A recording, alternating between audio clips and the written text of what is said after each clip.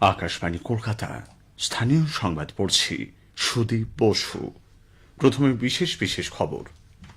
Voter তালিকায় কারচুপির অভিযোগে 2 WBCS আধিকারিক সহ 5 জনের বিরুদ্ধে শাস্তিমূলক ব্যবস্থা গ্রহণের বিষয়ে রাজ্য সরকার কি পদক্ষেপ নিয়েছে নির্বাচন কমিশন 72 ঘণ্টার মধ্যে তা জানাতে বলেছে। ভোটার তালিকার নিবিড় সংশোধনী কর্মসূচি নিয়ে আলোচনা করা হয়নি বলে অভিযোগ তুলে মুখ্য নির্বাচনী আধিকারিককে চিঠি দিয়েছে রাজ্য সরকার। আরজিকর মেডিকেল কলেজে ডাক্তারি পড়ুয়া চিকিৎসককে ধর্ষণ ও খুনের 1 বছর পূর্ণ হওয়ার প্রেক্ষিতে রাজ্য জুড়ে ব্যাপক বিক্ষোভ আন্দোলনের প্রস্তুতি বিভিন্ন সংগঠনের।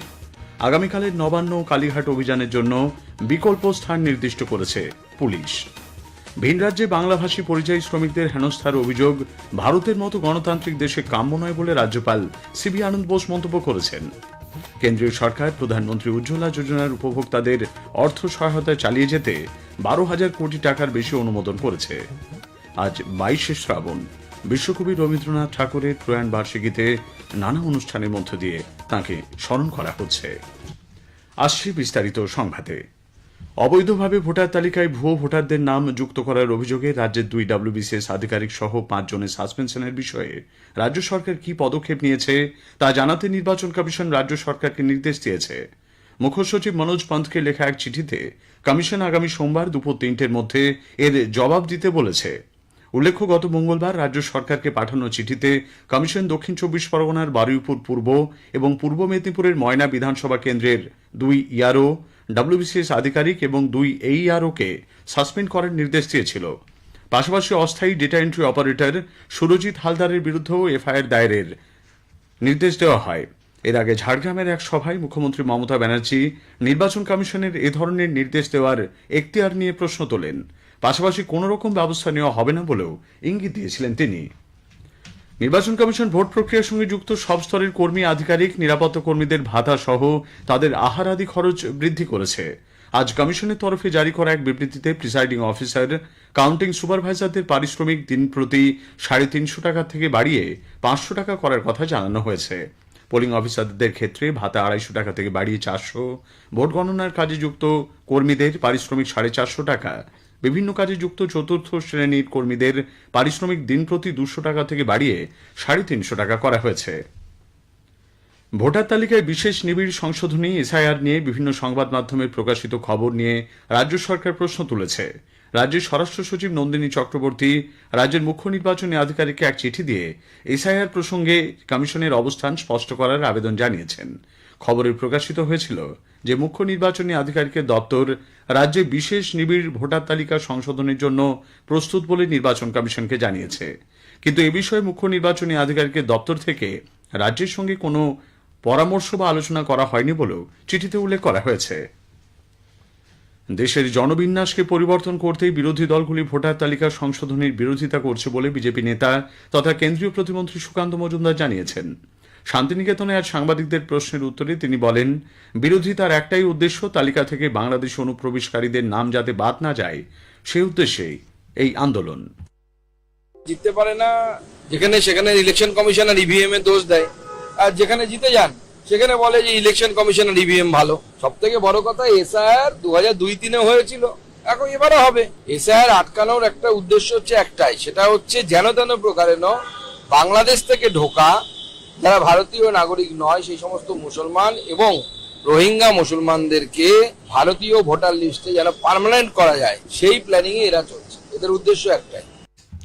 আরজিকর মেডিকেল কলেজে ডাক্তারি পড়ুয়া ধর্ষণ ও খুনের 1 বছরে রাজ্য জুড়ে ব্যাপক বিক্ষোভ আন্দোলনের প্রস্তুতি শুরু করেছে বিভিন্ন সংগঠন।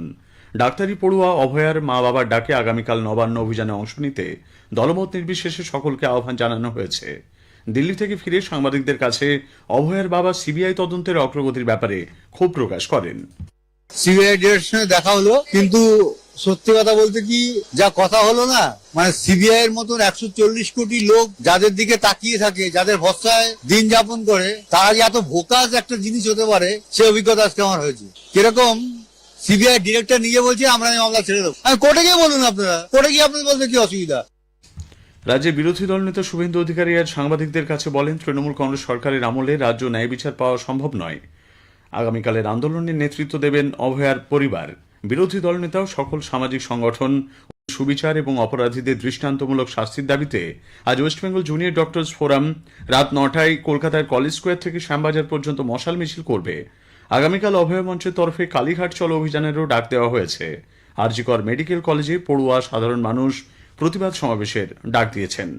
এছাড়া আজ রাত 12টা থেকে আগামীকাল ভোর পর্যন্ত শ্যামবাজার 5 মাথার মোড়ে সারা রাতব্যাপী রাত দখল কর্মসূচি গ্রহণ করা হয়েছে। দক্ষিণ কলকাতার নেতাজি নগরেও সমাবেশের আয়োজন করেছে অভয়া মঞ্চ। নবান্ন অভিযান বা কালীঘাট অভিযানে কলকাতা ও রাজ্য পুলিশ কোনোভাবেই অনুমতি দেবে না বলে জানিয়ে দিয়েছে। এর পরিবর্তে তারা দুটি বিকল্প জায়গা আন্দোলনের জন্য নির্দিষ্ট করেছে। নিয়ম না মানলে কড়া পদক্ষেপ করা হবে বলে কলকাতায় আজ সাংবাদিক বৈঠকে এডিজি দক্ষিণবঙ্গ সুপ্রতিম সরকার জানিয়েছেন। আদালতের সেই নির্দেশ মেনে হাওড়া পুলিশ সাঁতরাগাছি বাস স্ট্যান্ডকে উপযুক্ত বিকল্প জায়গা হিসেবে চিহ্নিত করেছে। কলকাতা পুলিশের তরফে আরআর এভিনিউ, রানী রাসমণি এভিনিউকে উপযুক্ত বিকল্প জায়গা হিসেবে চিহ্নিত করা হয়েছে। যে সংগঠক ঠিক কারা সে ব্যাপারে কিছুটা বিভ্রান্তি আছে, কিন্তু সমাজ মাধ্যম এবং আমাদের ইন্টেলিজেন্স ইনপুটস অনুযায়ী আমরা কয়েকটি নাম পেয়েছি, যে লিখিতভাবে জানিয়ে দিচ্ছি কয়েকজনকে, আর যাদের লিখিতভাবে জানাতে পারছি না তাদেরকে আপনাদের মাধ্যমে জানাচ্ছি। কলকাতার পুলিশ কমিশনার মনোজ ভার্মা আন্দোলনকারীদের কলকাতা হাইকোর্টের নির্দেশ মেনে শান্তিপূর্ণভাবে অভিযানে অংশ নেওয়ার আবেদন জানান। আগামীকালের অভিযানের জন্য অনুমতি চেয়ে কোনো সংগঠনের তরফে পুলিশের সঙ্গে যোগাযোগ করা হয়নি বলেও তারা জানিয়েছেন। অভয় মঞ্চের ডাকে কালীঘাট অভিযানের বিরুদ্ধে দায়ের মামলায় কোনো লিখিত নির্দেশ দেয়নি কলকাতা হাইকোর্ট। বিচারপতি তীর্থঙ্কর ঘোষ বলেছেন, এই ধরনের মামলা তিনি এবার থেকে আর শুনবেন না। গতকাল আদালতের ডিভিশন বেঞ্চ পর্যবেক্ষণে জানিয়েছে, সংগঠকরা মিছিল বা জমায়েত করতেই পারেন, আইন অমান্য করলে পুলিশ প্রয়োজনীয় পদক্ষেপ নেবে। ভিন রাজ্যে বাংলাভাষী পরিযায়ী শ্রমিকদের হেনস্থার অভিযোগ ভারতের মতো গণতান্ত্রিক দেশে কখনোই কাম্য নয় বলে রাজ্যপাল সিভি আনন্দ বোস মন্তব্য করেছেন। রাজভবনে আজ টাটা স্টিল ওয়ার্ল্ডের একটি চিত্র কর্মশালার উদ্বোধন করে সাংবাদিকদের তিনি বলেন, কেন্দ্রীয় সরকার অবশ্যই এ বিষয়ে সদর্থক পদক্ষেপ নেবে। This is an issue which has received national attention. We are a mature democracy. We will be able to sort out such issues in a satisfactory manner. The process is on, and I am sure that the nation will get justice. As Governor of West Bengal, my reply to that will be Banglar Mati, Banglar Jal, Banglar Bayu, Banglar Phal, Punoho, Punoho, Punoho ke Bodoi. স্থানীয় সংবাদ শুনছেন আকাশবাণী কলকাতা কেন্দ্র থেকে। আমাদের সংবাদ শোনা যাচ্ছে YouTube channel Akashvani সংবাদ বাংলা, ফেসবুক, ইনস্টাগ্রাম আকাশবাণী সংবাদ কলকাতা এবং এক্স হ্যান্ডেল এআইআর নিউজ কলকাতাতে। কেন্দ্রীয় সরকার প্রধানমন্ত্রী উজ্জ্বলা যোজনার উপভোক্তাদের 2025-26 সালেও অর্থ সহায়তা চালিয়ে যাওয়ার অনুমোদন দিয়েছে। এজন্য খরচ ধরা হয়েছে 12,000 কোটি টাকার বেশি। নতুন দিল্লিতে আজ প্রধানমন্ত্রী নরেন্দ্র মোদীর পৌরোহিত্যে মন্ত্রিসভার বৈঠকের পর তথ্য ও সম্প্রচার মন্ত্রী অশ্বিনী বৈষ্ণব একথা জানান। আজ 22শে শ্রাবণ, বিশ্বকবি রবীন্দ্রনাথ ঠাকুরের প্রয়াণবার্ষিকী। রাজ্য জুড়ে নানা অনুষ্ঠানের মধ্য দিয়ে দিনটি উদযাপিত হচ্ছে। একটি প্রতিবেদন। সকালে শান্তিনিকেতনের উপাসনা গৃহে অনুষ্ঠিত হয় বিশেষ প্রার্থনা সভা। উপস্থিত ছিলেন বিশ্বভারতীর উপাচার্য প্রবীর কুমার ঘোষ সহ ছাত্রছাত্রীরা। পরে পদযাত্রায় অংশ নেন সকলে।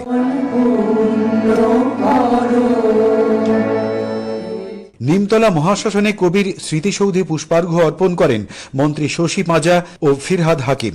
নবান্নে কবির প্রতিকৃতিতে মালা দেন মন্ত্রী অরূপ রায়। জোড়াসাঁকো ঠাকুর বাড়িতে শ্রদ্ধা জানাতে উপস্থিত ছিলেন মন্ত্রী ব্রাত্য বসু। 22শে শ্রাবণ উদযাপনের অঙ্গ হিসেবে রাজ্য তথ্য ও সংস্কৃতি দপ্তরের উদ্যোগে আজ থেকে এ মাসের 13 তারিখ পর্যন্ত রবীন্দ্র সদন, শিশির মঞ্চ, বাংলা একাডেমি ও নন্দন চত্বরে প্রতিদিন সন্ধ্যায় থাকছে রবীন্দ্রনাথের কবিতা ও গান। ধাই যেন সকল ভালোবাসা প্রভু তোমার বাণী।